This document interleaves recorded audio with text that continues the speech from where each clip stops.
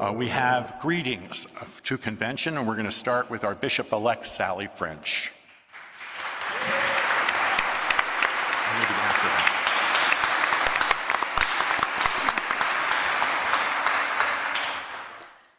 Well, good morning, everyone. Good morning. I have to tell you, it is such a joy to be here. And it is even more of a joy to be here following the necessary, but maybe not inspiring, voting setup instructions, and not presiding Bishop Michael Curry in the sequence, as he is, as you all know, a very inspirational and prophetic speaker, especially on the live screen. But I'm delighted to be here in this room, in this space. It's only 5 weeks since you all gathered for the election in this room and in this space. And it feels like a great deal has happened since then for me and my family. We've sold our house in North Carolina, and we found a wonderful place to land in New Jersey. My husband Clark and I both finish up in our current positions in about 2 weeks. Our children are finishing school in North Carolina in 3 weeks.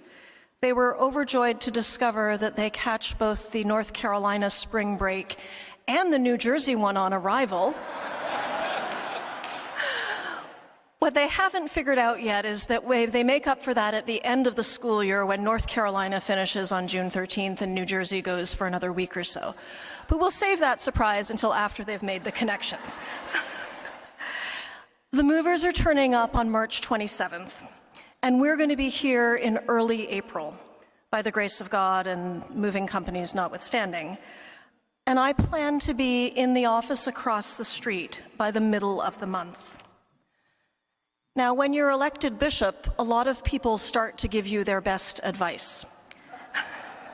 And I think one of the best pieces of advice I've received so far, which actually came to me from a bishop who told me that he had received it from Bishop Curry, was that at this point, I probably have some ideas about why I have been called to serve as the 13th Bishop of New Jersey, about why you might have elected me, and that I should write this down now while it's still fresh and clear in my head, and put it in my desk drawer and keep it where I can look at it on a regular basis in the years and the months ahead before I forget, right?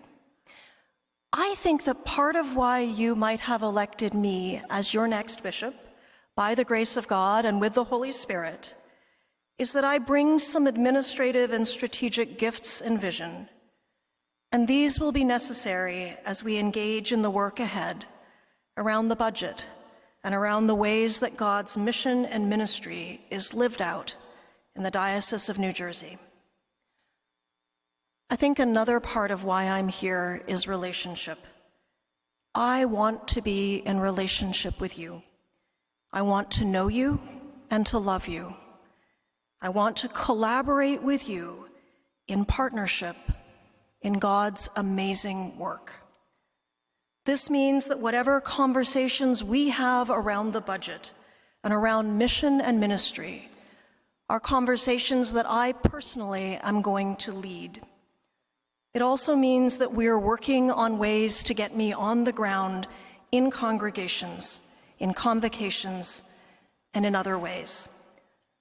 I'm going to set up a formal system for visitations and work on being available to congregations and communities.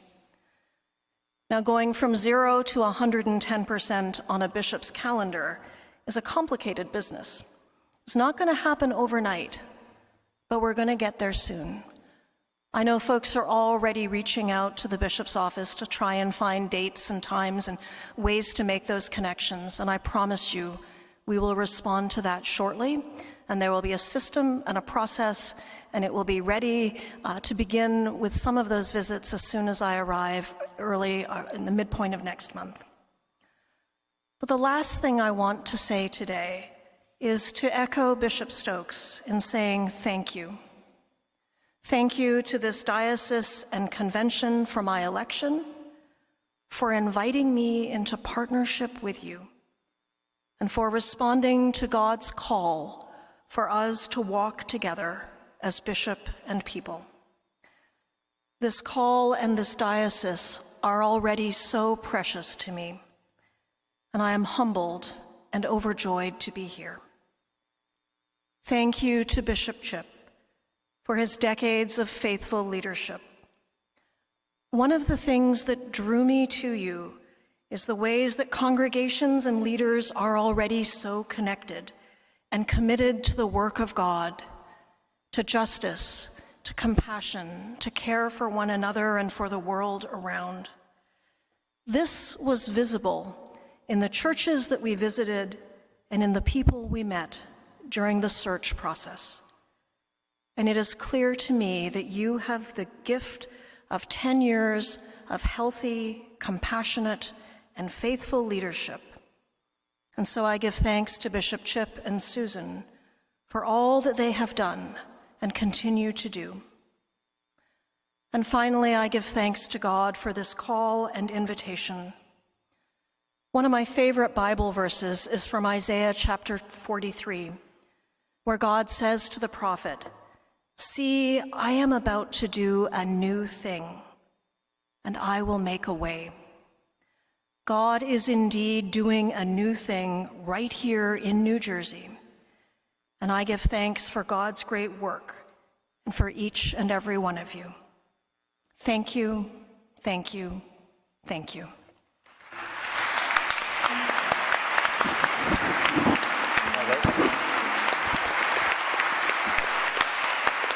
Stay here, stay here, stay here.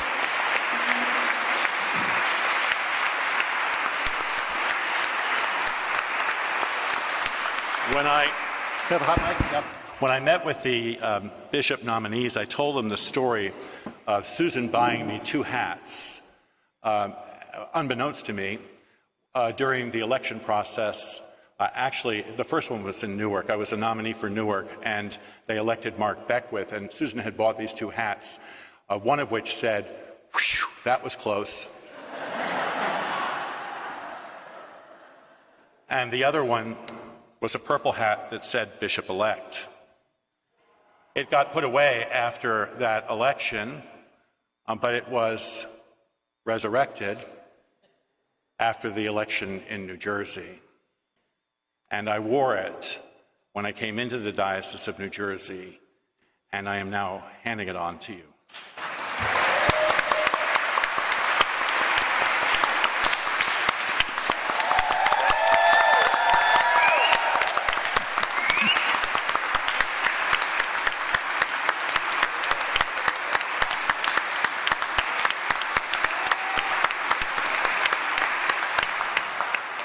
So I am a little off script here, and Steve will probably cut the microphone in under a minute. But thank you, Bishop Chip, for this wonderful hat that I will wear with joy for the next few months and then replace with a slightly pointier one.